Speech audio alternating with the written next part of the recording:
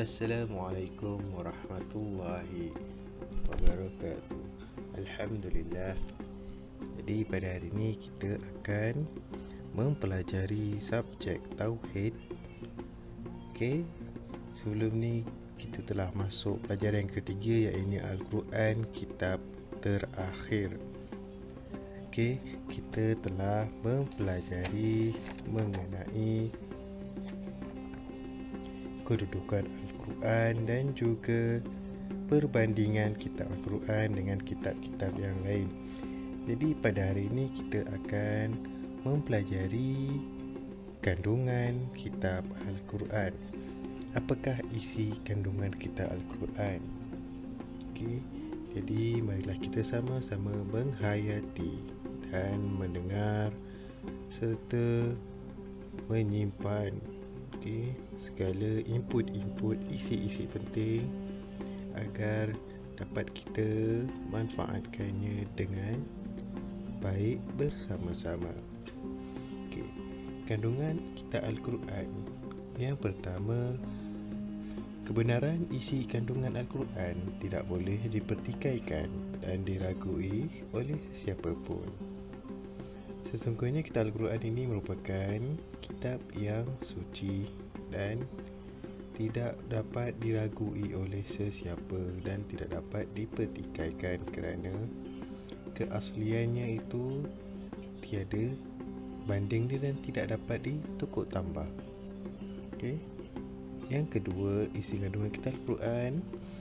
Al-Quran adalah merupakan panduan hidup umat Islam. Okey. Antaranya isi kandungan utama dalamnya ialah yang pertama, panduan akidah yang betul. Panduan akidah yang betul menjadi asas pegangan setiap manusia di dalam dunia ini.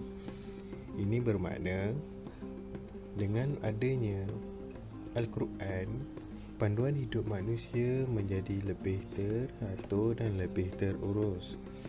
Okey, jika kita lihat sebelum turunnya Al-Quran, ketika zaman jahiliyah, kehidupan manusia amat tidak terurus dengan baik. Okey, sehingga kan ada yang menyembah berhala, ada yang menghina dan memperkosa wanita dan sebagainya. Jadi dengan adanya Al-Quran, kehidupan akidah menjadi lebih betul dan teratur. Yang kedua, panduan ibadat dan ketaatan. Yang ketiga, panduan akhlak terpuji. Yang keempat, hukum-hukum perintah dan larangan Allah untuk dilaksanakan oleh manusia. Dalam Al-Quran terdapat banyak perintah yang Allah bagi tahu, seperti solat, puasa, zakat dan berbagai lagi. Dan di dalam Al-Quran juga Allah telah menyatakan mengenai larangan yang telah Allah keluarkan, seperti minum arak, berzina dan macam-macam lagi. Seterusnya, peringatan tentang balasan baik dan buruk.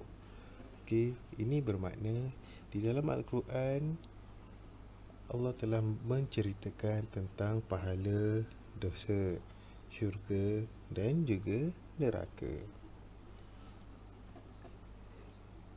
Dalam Al-Quran juga menceritakan tentang sejarah dan kisah umat terdahulu sebagai teladan.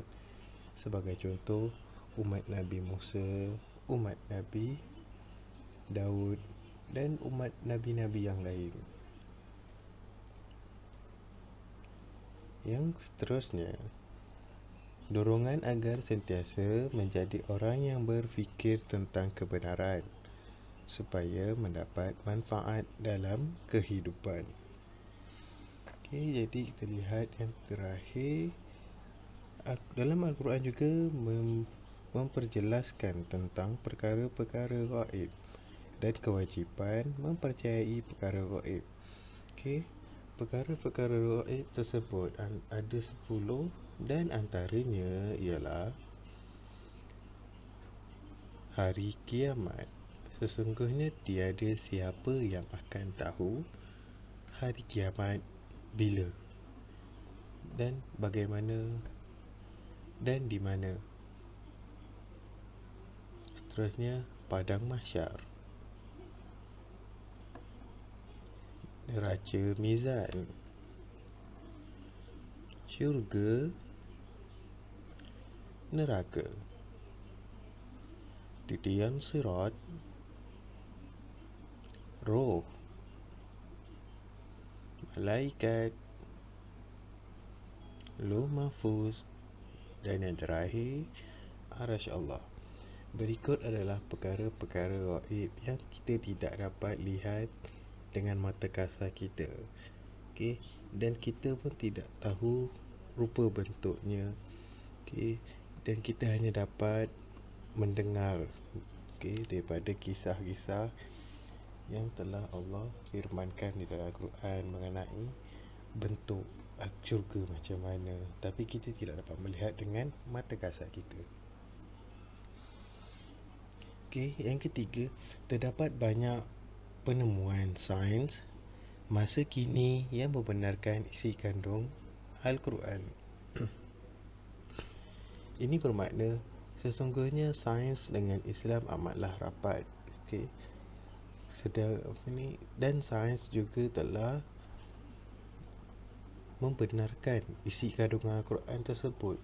Maknanya apa yang Al-Quran tu cakap, sains tu benarkan. Maknanya dia kata betul apa yang Al-Quran tu cakap. Tiada satu pun tipu yang Al-Quran itu katakan. Sebagai contohnya, lapisan langit dan bumi. Al-Quran telah menceritakan dahulu sebelum sains ini wujud. Yang kedua, proses perkembangan bayi di dalam kandungan ibu. Dan yang ketiga, perjalanan planet-planet dalam cakrawala. Itu saja pembelajaran kita pada hari ini. Sekian saja. Wabillahi taufiq wal hidayah. Assalamualaikum warahmatullahi wabarakatuh.